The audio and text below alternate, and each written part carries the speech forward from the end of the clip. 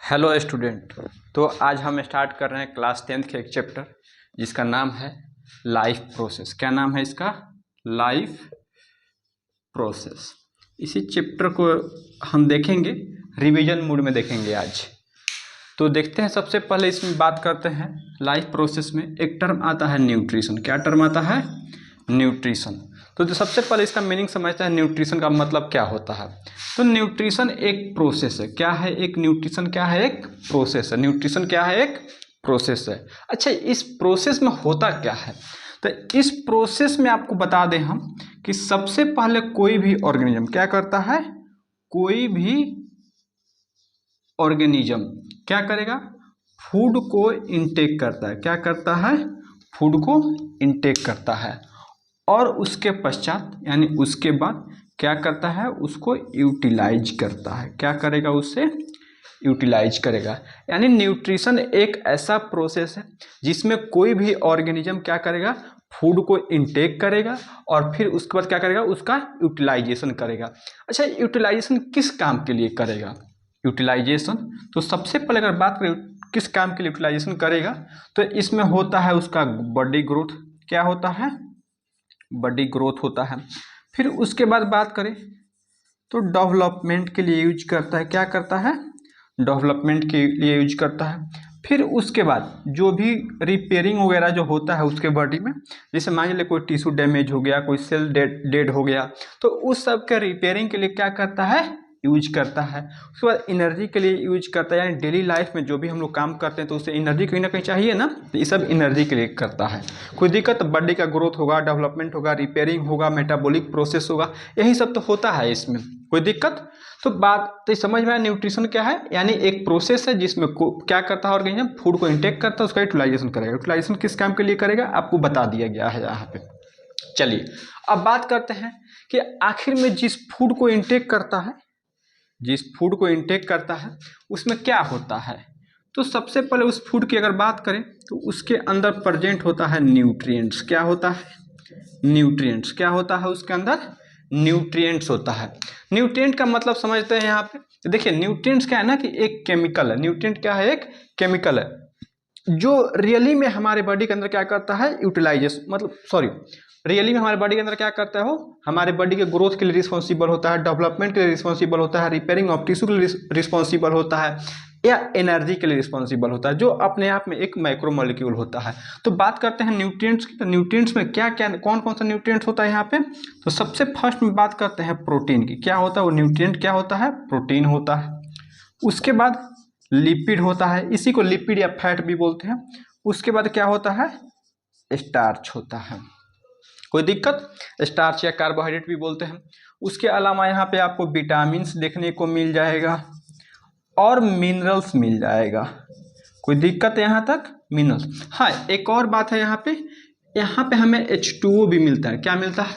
H2O का intake करते हैं ना हम लोग, कोई दिक्कत नहीं है। तो H2O का क्या काम, अब बात करते हैं कि देखिए प्रोटीन, लिपिड और स्टार्च से हमें क्या मिलेगा? हमें मिलेगा एनर्जी। क्या मिलेगा? हमें एनर्जी मिलेगा। क्या मिलेगा? हमें एनर्जी मिलेगा।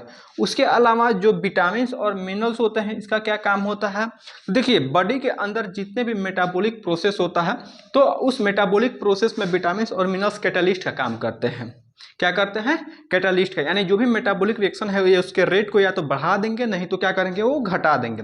उसके अलावा जो बॉडी डैमेज, मतलब टिश्यू जो डैमेज होता है, सेल डैमेज होता है, उसका रिपेयरिंग में भी क्या करते हैं? लोग अपना रोल करते हैं। चलिए आगे बात करते हैं H2O की। तो H2O क्या होता है? तो H2O सबसे पहले क्या करेगा? हमारे बॉडी को प्रिवेंट करेगा। किससे?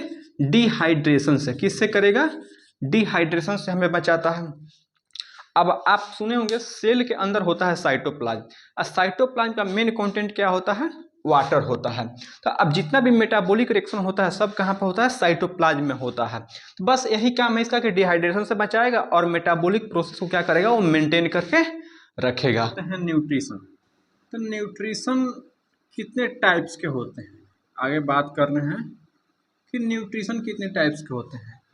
यानी जितने भी ऑर्गेनिज्म होते हैं इस नेचर में, जितने भी ऑर्गेनिज्म होते हैं इस संसार में, इस प्रकृति में, सबका अपना अलग अलग न्यूट्रिशन का क्या होता है, टाइप होता है। सबका क्या होता है, अलग अलग न्यूट्रिशन का क्या होता है, टाइप होता है, प्रोसेस होता है।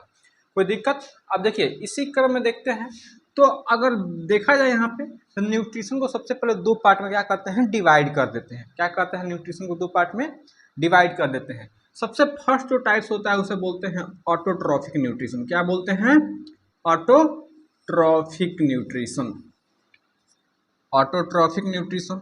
अच्छा देखिए ऑटोट्रॉफिक न्यूट्रिशन में होता क्या है, तो ऑटोट्रॉफिक न्यूट्रिशन में कोई भी ऑर्गेनिज्म, यानी ऐसे ऑर्गेनिज्म को इसमें रखा गया है जो क्या करता है, फूड के रॉ मटेरियल को क्या करता है, कलेक्ट करता है। क्या करता है, फूड के रॉ मटेरियल, जो कच्चा सामग्री है खाना बनाने वाला, उसे क्या करेगा, वो इकट्ठा करेगा और उसके बाद क्या करेगा, उस रॉ मटेरियल के हेल्प से क्या करेगा, वो अपने फूड का फॉर्मेशन करेगा अपने बॉडी के अंदर।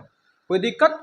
अपने बॉडी के अंदर क्या करेगा, फूड का फॉर्मेशन करेगा उस रॉ मटेरियल की हेल्प से। जैसे अगर देखा जाए तो ऑटोट्रॉफी का सबसे अच्छा एग्जाम्पल हमें दिखाई देता है प्लांट। क्या दिखाई देता है, प्लांट। उसके अलावा कुछ बैक्टीरिया भी होते हैं जिनके अंदर ऑटोट्रॉफिक न्यूट्रिशन दिखाई देता है। कोई दिक्कत? तो ऑटोट्रॉफिक आपको समझ में आया होगा।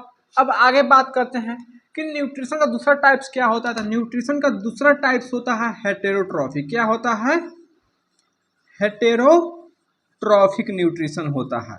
हेटेरोट्रॉफिक न्यूट्रिशन, तो देखिए हेटेरोट्रॉफिक न्यूट्रिशन में क्या होता है ना, कि इसमें ऐसे ऑर्गेनिज्म को रखा गया है जो रॉ मटेरियल को कलेक्ट नहीं करता है। क्या करेगा, वो रॉ मटेरियल को कलेक्ट नहीं करता है, यानी क्या करेगा, वो फूड को, बना बनाया फूड को क्या करेगा, वो इनटेक करेगा, ग्रहण करेगा, खाएगा। जैसे अगर मान ले तो हम क्या हैं, हम हेटेरोट्रॉफिक हैं। क्या हैं, हम हेटेरोट्रॉफिक हैं। जैसे थाली में क्या आता है, दाल चावल सब्जी आता है सजा सजाया आराम से, और लेके क्या करते हैं, आराम से हम इनटेक उसको कर लेते हैं। तो हम किस में आ गए, हेटेरोट्रॉफिक में।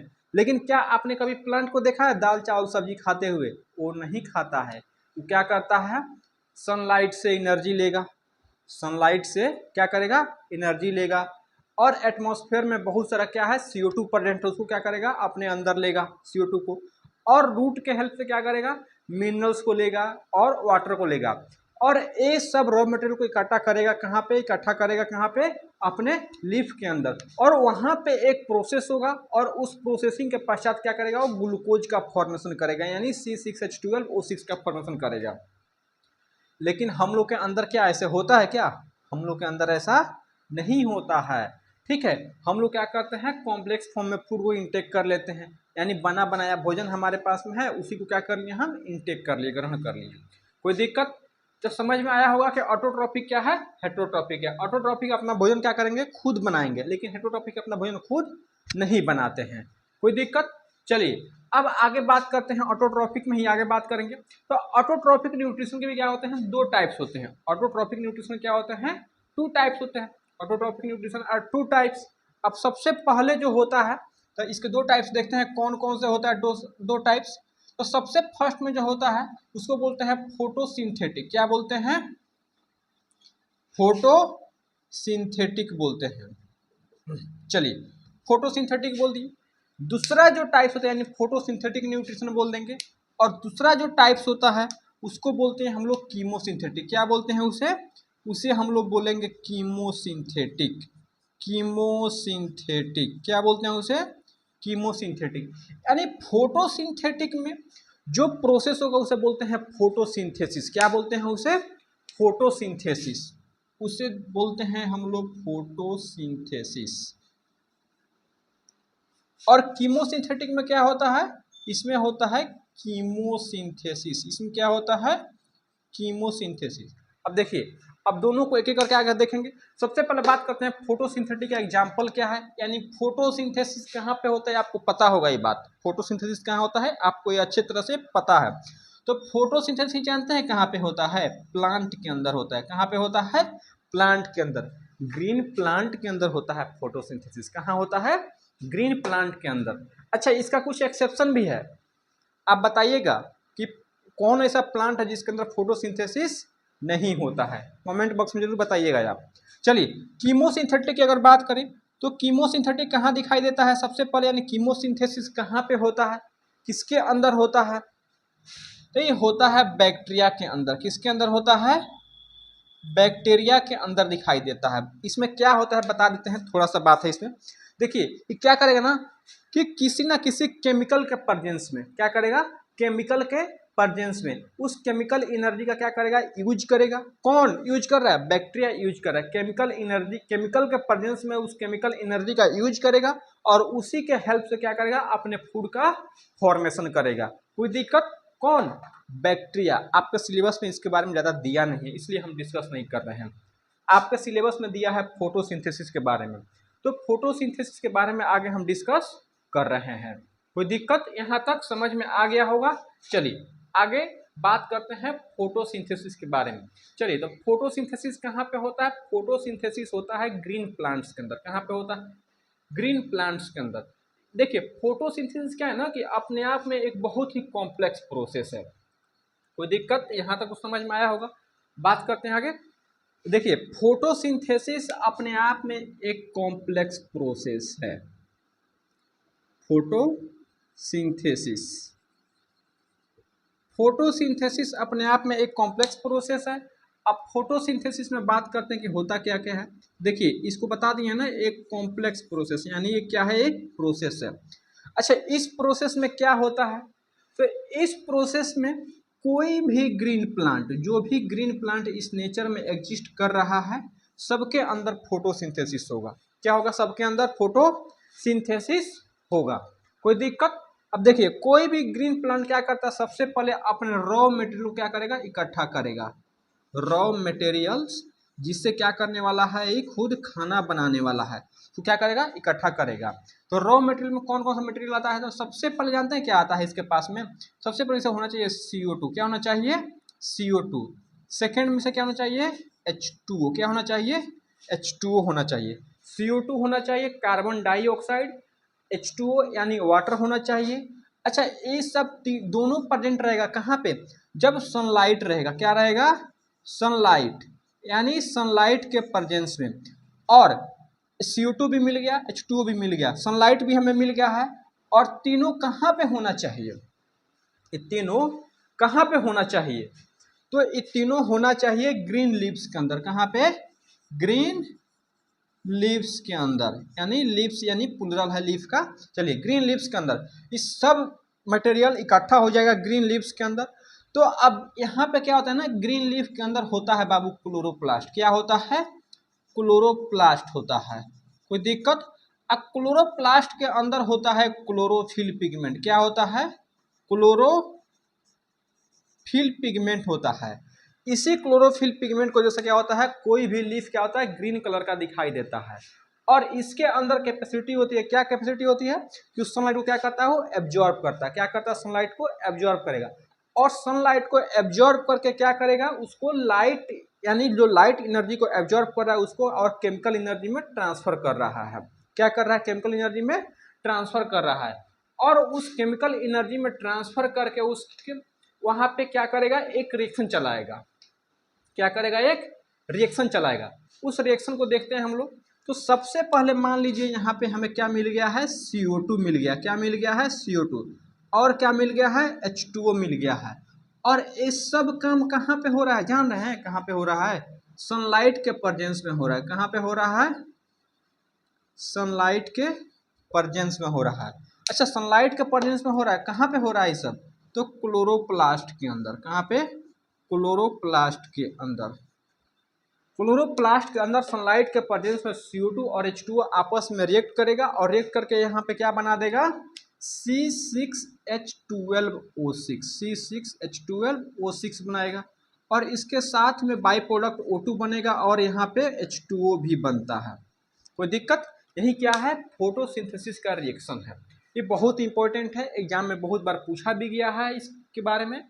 तो ये सब आपको याद होना चाहिए। और आप क्या काम ए है कि इस रिएक्शन क्या करना है, बैलेंस करना है। क्या करना है, बैलेंस करना है। चलिए आगे बात करते हैं इसी के कम रिगार्डिंग। तो मान लेते हैं कि यहाँ पे क्या है, एक प्लांट है। क्या है, एक प्लांट है। यहाँ पे इस प्लांट के अंदर क्या है, एक लीफ है। क्या है, लीफ है। अब देखिए अब मान लेते हैं कि ये क्या है, ये रूट वाला पोर्शन है, क्या है, रूट है, ये क्या है, स्टेम है, कोई दिक्कत, और ये क्या है, लीफ है। चलिए, रूट, स्टेम और लीफ आपको दिखाई दे रहा होगा।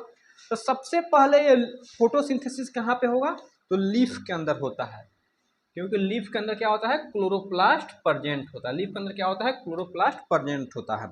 और इसी लीफ के सरफेस पे छोटे छोटे पोर्स प्रेजेंट होते हैं। क्या होते हैं यहाँ पे, पोर प्रेजेंट होते हैं। इस पोर को बोलते हैं बाबू एस्टोमाटा। क्या बोलते हैं, एस्टोमाटा बोलते हैं। चलिए, कोई दिक्कत, क्या बोलते हैं, एस्टोमाटा।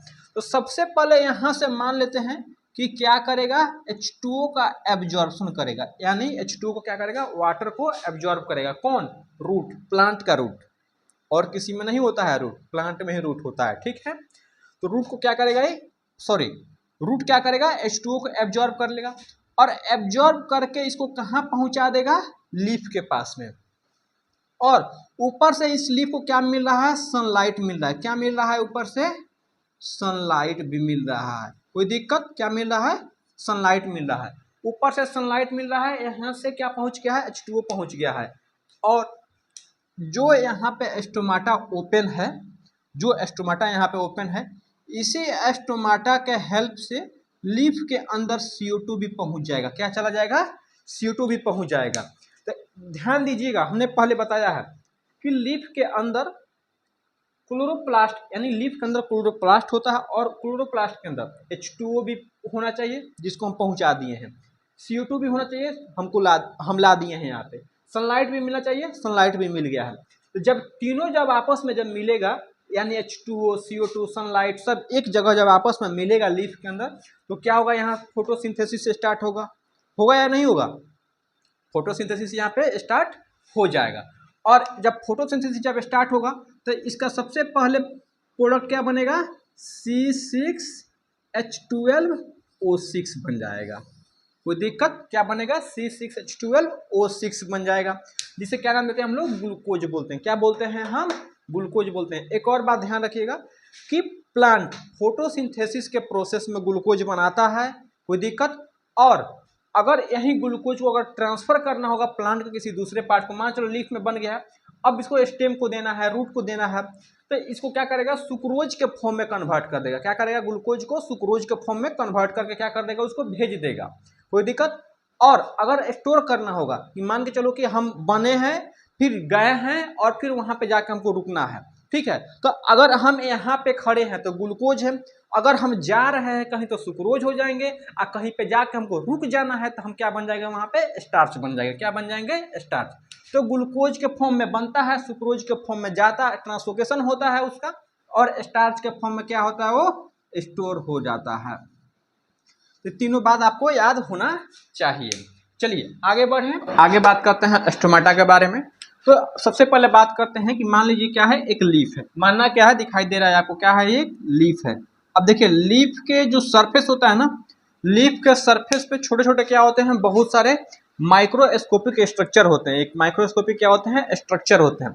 इस माइक्रोस्कोपिक स्ट्रक्चर को, इसको पोर भी बोल सकते हैं, माइक्रोस्कोपिक पोर भी बोल सकते हैं। इस पोर का नाम होता है स्टोमाटा। क्या नाम देते हैं इसे, स्टोमाटा। अब देखिए, एक बात आप सुने होंगे कि कोई भी पेड़ क्या करता है ना, कि दिन को ऑक्सीजन देता है और रात को नहीं देता है। दिन को ऑक्सीजन देता है, डे टाइम में ऑक्सीजन देता है, रात में ऑक्सीजन नहीं देता है। आप लोग सुने होंगे बहुत समय से। तो अब उसका रीजन बताते हैं कि दिन में क्यों ऑक्सीजन देता है, रात में क्यों नहीं देता है। अब देखिए, यहाँ पे क्या होता है ना, कि जो स्टोमाटा प्रेजेंट है यहाँ पे, ये स्टोमाटा बाबू डे टाइम में क्या होता है, ओपन होता है। क्या होता है, डे में होता है ओपन। और स्टोमाटा नाइट में जानते हैं क्या हो जाता है, नाइट में हो जाता है क्लोज। क्या हो जाता है, क्लोज। यानी यहाँ पे जो खुला हुआ दिखाई दे रहा है ना, ये स्टोमाटा दिन में क्या होगा, खुला रहेगा, और रात में क्या हो जाएगा, ये हो जाएगा बंद। कोई दिक्कत। अब इसके पीछे का मैकेनिज्म समझते हैं कि कैसे बंद होता है, कैसे खुलता है। उससे पहले देखिए, जब ये खुला रहेगा, जब ये खुला रहेगा तो अंदर फोटोसिंथेसिस होगा, और जब फोटोसिंथेसिस होगा तो यहाँ पे बाई प्रोडक्ट के रूप में क्या बनेगा, ऑक्सीजन बनेगा। ये ऑक्सीजन को बाहर क्या करेगा, रिलीज करेगा। और सेम टाइम जब ये ऑक्सीजन को बाहर रिलीज कर रहा होगा उसी टाइम पे क्या करेगा, इस CO2 को एब्जॉर्ब भी कर रहा होगा। क्या कर रहा होगा, CO2 को एब्जॉर्ब कर रहा होगा।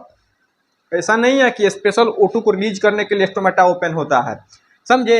जिस टाइम पे CO2 को रिलीज कर रहा होगा सेम टाइम पे क्या कर रहा होगा, ये O2 को क्या कर रहा होगा, रिलीज कर रहा होगा, सॉरी CO2 को एब्जॉर्ब कर रहा होगा और O2 को रिलीज कर रहा होगा। कोई दिक्कत। अब देखिए यहाँ पे हो रहा है गैसियस एक्सचेंज, CO2 अंदर जा रहा है, O2 बाहर आ रहा है, गैसियस एक्सचेंज हो रहा है यहाँ पे, समझे। उसी टाइम पे यहाँ पे जो फोटोसिंथेसिस के रिएक्शन में जो H2O बन रहा था, क्या बन रहा था, जो H2O बन रहा था, या जो H2O ज़्यादा हो गया है लीफ के अंदर, H2O का मात्रा क्या हो गया है, ज़्यादा हो गया है। ये H2O यहाँ से क्या हो रहा है, H2O क्या हो रहा है, यहाँ से भी रिलीज हो रहा है। क्या हो रहा है, इस स्टोमेटा थ्रू क्या हो रहा है, रिलीज हो रहा है, यानी O2 और H2O रिलीज हो रहा है और CO2 एब्जॉर्ब हो रहा है। अब देखिए H2O जब रिलीज होता है तो आपको दिखाई क्यों नहीं देता है, तो जस्ट जब रिलीज होता है दिन के टाइम पे तो उस टाइम पे प्रेजेंट होता है सनलाइट, और उस सनलाइट की वजह से क्या होता है, H2O किस फॉर्म में, वेपर के फॉर्म में चेंज होता है। किस फॉर्म में, वेपर के फॉर्म में चेंज हो जाएगा। अब वेपर के फॉर्म में चेंज होकर क्या होता है, वो एटमॉस्फेयर में चला जाता है, ठीक है। तो इस प्रोसेस को बोलते हैं ट्रांसपायरेशन। क्या बोलते हैं, ट्रांसपायरेशन। जो वाटर लॉस होता है वेपर के फॉर्म में स्टोमेटा के थ्रू, उसे क्या बोलते हैं, ट्रांसपीरेशन बोलते हैं। क्या बोलते हैं, उसे ट्रांसपीरेशन बोलते हैं। और यहाँ पे गैसेस एक्सचेंज हो रहा है, आपको समझ में आ रहा है। ये सब काम होगा दिन में, रात में होगा कुछ नहीं। क्यों, क्योंकि नाइट में क्या होता है, स्टोमेटा हो जाता है बंद। अब कैसे बात करते हैं, देखिए ये, अब देखिए अब एक स्टोमेटा को लाए हैं यहाँ से और ला करके यहाँ पे हम रख दिए हैं। क्या कर दिए हैं, स्टोमेटा को यहाँ से लिए हैं, एक रख दिए हैं यहाँ पे। ये एक कंप्लीट स्ट्रक्चर है स्टोमेटा का, कोई दिक्कत। अब देखिए स्टोमेटा के अंदर दो सेल होता है। क्या होता है, दो सेल होता है। ऐसे दो सेल प्रेजेंट होता है स्टोमेटा के अंदर, ठीक है। इस सेल को हम लोग बोलते हैं गार्ड सेल। क्या बोलते हैं, गार्ड सेल।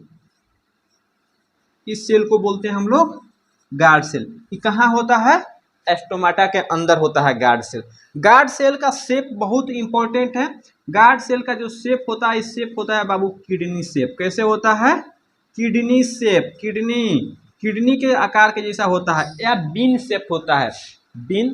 बीन शेप होता है या किडनी शेप होता है गार्ड सेल। एग्जाम में क्वेश्चन पूछा जाता है यहाँ से, ठीक है। अब देखिए इसका नेचर होता है कि गार्ड सेल जो है ना, ये स्टोमेटा के अंदर ये दिन में फूल जाता है। क्या कर देता है, स्वेल कर जाता है। क्या करता है, स्वेल कर जाता है।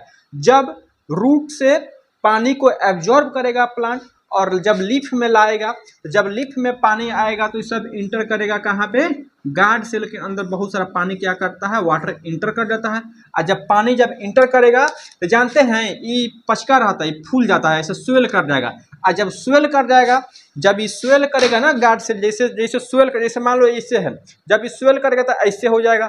और जब ऐसे होगा तो देख रहे हैं ना, अंदर एक पोर ओपन हो रहा है। यहाँ पे क्या हो रहा है, एक पोर ओपन हो रहा है, ठीक है। अब ये पोर ओपन हो जाएगा, और जब पोर ओपन होगा यहाँ पे तो हम समझ लेंगे क्या, कि यहाँ पे स्टोमेटा ओपन हो गया है। क्या हो गया है, स्टोमेटा ओपन हो गया है, ठीक है।